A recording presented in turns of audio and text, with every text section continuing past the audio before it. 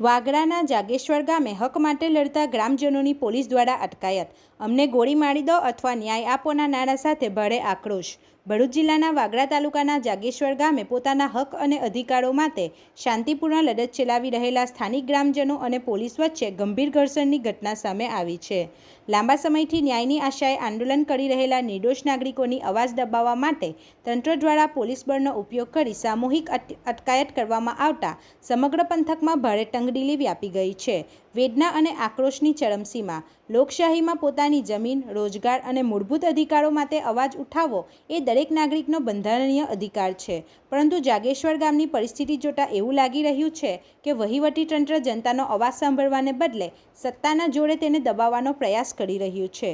Police કાર્યવાહીથી રોષે ભરાયેલા અને લાચાર બનેલા ગ્રામજનોએ ભારે આક્રમક શબ્દોમાં વહીવટીતંત્ર અને સરકાર સામે બળાપો ઠાલવતા જણાવ્યું હતું કે નાગરિકોના મુખેથી નીકળેલા આ પીડાદાયક શબ્દો દર્શાવે છે કે સ્થાનિક લોકોની વેદના કેટલી ઊંડી છે અને તંત્ર પ્રત્યેનો તેમનો અસંતોષ કઈ હદે ચરમસીમાએ પહોંચી ચૂક્યો છે.